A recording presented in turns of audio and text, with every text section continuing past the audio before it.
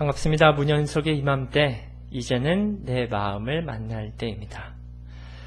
오늘은 그림 테스트 해볼 겁니다.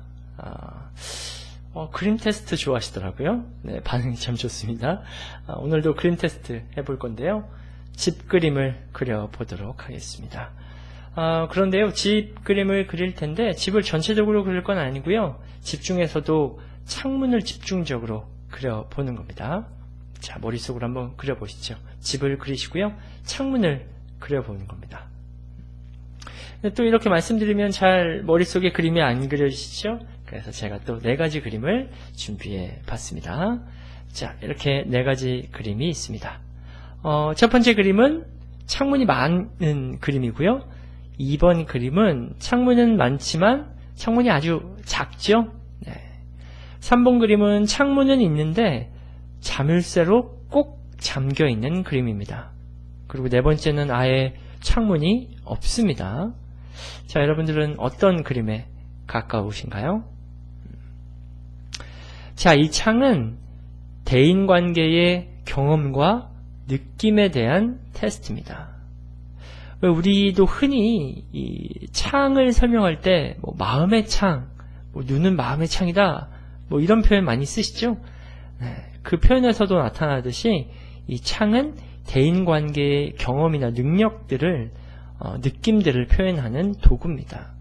그래서 1번 그림, 창이 많다고 하는 것은 내가 대인과의 그 관계에 있어서 개방적이라는 겁니다. 그래서 1번을 선택하신 분들은 아마 처음 만난 분들하고도 금방 친해지실 거고요. 잘 모르는 분한테도 이야기를 거는 게 그리 어렵지 않은 분들일 겁니다. 근데 한 가지 더 팁을 드리면, 이 창문이 많기도 하지만 크기도 큰 그림을 그리는 분들이 계신데요. 이분들은 과도한 자기 개방을 하는 분들인데 여기에는 함정이 있습니다. 그 함정이 뭐냐면, 그 과도한 자기 개방은 다름 아닌 다른 이들에게 관심을 받고 싶은 도구로 활용을 하는 거죠. 그래서 다행히 다른 사람들이 나에 대해서 관심을 가져주고 애정을 가져주면 다행인데, 그렇지 않게 되면 굉장히 다른 방법으로 자기를 개방하게 됩니다. 공격적이 된다거나 아니면 자기 학대를 하게 되죠. 예를 들어 보면 그 아이를 키워보시는 분들은 금방 아실 겁니다. 아이들이 엄마한테 관심 받고 싶어서 엄마 말도 잘 듣고요, 심부름도 잘 하죠. 근데 그럼에도 불구하고 엄마가 자기에게 관심을 안 갖는다고 생각하면 어떻게 하죠? 아이들이 떼쓰고 화내고 욕하고 침뱉고 그러죠? 네, 그 가끔 마트 같은 데 가서 아이들 장난감 코너에 가보면 그 아이들이 엄마한테 장난감 사달라고 떼쓰는데 엄마가 안 들어주죠? 그럼 아이들은 어떻게 하죠? 네, 배를 바닥에 깔고 소리 지르면서 울죠? 네, 바로 그렇게 되는 겁니다. 과도한 자기 개방의 함정은 바로 관심받고 싶은 욕구가 숨겨져 있다는 거. 그래서 그것이 충족되지 않으면 공격성으로 보이거나 혹은 자기를 학대하는 거. 청소년기에 있는 우리 청소년들이 가출을 하는 것도 사실은 가족이 나에 대한 무관심을 자기 공격성으로 바꾸는 거거든요. 그래서 창이 많고 큰 건 마냥 좋지만은 않다는 거 좀 생각을 해볼 부분입니다. 자, 그리고 2번, 창이 작다는 건 이제 느낌이 조금씩 오시죠? 내가 개방하고자 하는 마음이 작다는 거예요. 소극적이다라는 얘기죠. 근데 다행인 건 나를 개방하고자 하는 마음은 남아 있어요. 그렇죠? 창이 있죠. 작긴 하지만. 4번 같은 경우는 아예 창이 없죠. 이거는 마음이 없다는 건데, 2번은 그래도 개방하고자 하는 마음은 남아있다는 거. 하지만 조금은 소극적이라는 거, 적극적이지 않다는 거, 그걸 표현하고요. 자, 그럼 3번, 창문은 있지만 자물쇠로 꽉 잠겨있다, 닫혀있다, 이걸 강조하는 분들이 있습니다. 이건 뭐냐면, 네, 자기 폐쇄가 강하다는 거죠. 과거에 대한 상처가 많은 분들일수록 3번일 확률이 높습니다. 왜 우리가 트라우마라고 하죠? 불행한 기억들이 한 번, 2번 반복되다 보면 이제 그러고 싶지 않은 마음이 들어요. 실연의 경험이 많은 분들은 난 이제 다시는 사랑하지 않을 거야. 사랑하면 상처받으니까 다시는 사랑하지 않을 거야. 이런 분들 많으시죠? 혹은 주변 분들에게 사기를 당했다거나 배신을 당했다거나 이러한 분들은 이제 대인 관계에 있어서 굉장히 부정적이고 자기를 탁 닫아버리는 폐쇄적인 반응을 보이는 분들이 3번을 주로 선택하게 됩니다. 자, 그리고 4번 그림은요, 아예 없습니다. 이거 좀 굉장히 어려운 부분이에요. 아예 없는 거는 나를 아예 막아버리겠다. 나는 누군가의 대인 관계에서 관심이 아예 없는 거죠. 무관심하고요. 그럴 필요성도 못 느끼는 분들입니다. 아마 외톨이 혹은 집에서 혼자 있기를 좋아하시는 분들의 경우 또 아주 심한 경우죠.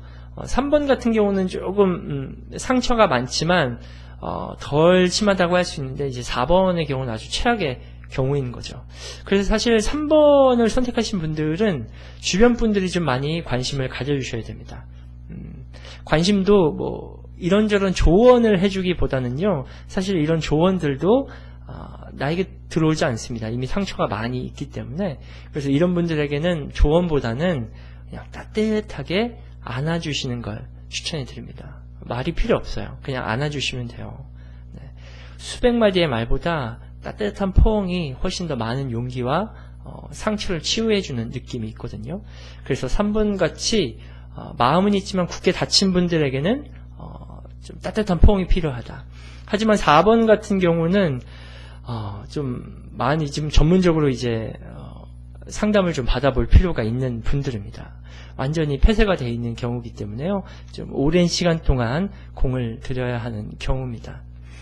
그리고 혹여나 4번을 선택하신 분들 중에서도 좀 안타까운 것 중에 하나는 이제 주변 분들이 먼저 다가오게 되면 의심을 하게 되는 경우가 종종 있습니다. 이건 무슨 말이냐면 상대방이 나에게 다가오면 저 사람이 나한테 뭔가 바라는 게 있나? 나한테 돈 빌리려고 그러나? 정수기하려고 그러나? 아니면 나를 교화하려고 그러나? 이렇게 의심을 하게 되는 거죠. 애시당초에 대인관계에 대한 관심이 없기 때문에 너무나 막혀있기 때문에 다가오는 사람에게도 의심을 하게 되는 경우가 대부분이 되는 선택이 되겠습니다. 자, 오늘 집그림으로 대인관계에 대한 느낌과 경험에 대한 테스트를 해봤습니다. 어떠세요? 여러분들 좀 내 가족 혹은 다른 분들과의 관계에서도 다시 한번 생각을 해보는 계기가 됐으면 좋겠고요. 또 이 그림에는 나와 있지 않지만 예를 들어서 창 속에 어떤 커튼 그림이 있다라고 하는 그림은 타인과의 관계보다는 우리 가족들의 관계를 더 중요시하는 분들에게 많이 나타나기도 하고요. 또 창문이 지붕에 있는 경우도 있습니다. 그런 분들은 되게 내향적인 분들이에요. 타인과의 관계는 맺고 싶지만 내가 드러나는 것을 그리 좋아하지 않는 내향적인 분들의 경우에도 그런 그림을 나타내기도 합니다. 자, 오늘 테스트 참고 한번 해보시고요. 나는 대인과의 관계에서 어떠한 위치에 있는지를 한번 진지하게 고민해보는 시간 됐으면 좋겠고요. 그래서 다음 시간에 제가 이 창과 관련돼서 심리학에도 인간관계를 4가지 창의 모습으로 표현한 심리학 이론이 있습니다. 그래서 다음 주에는 제가 이 심리학 이론을 가지고 모든 인간관계에서 무조건 성공하는 방법, 이 기본 바탕편으로 한번 꾸며보도록 하겠습니다. 다음 시간에 또 만나죠.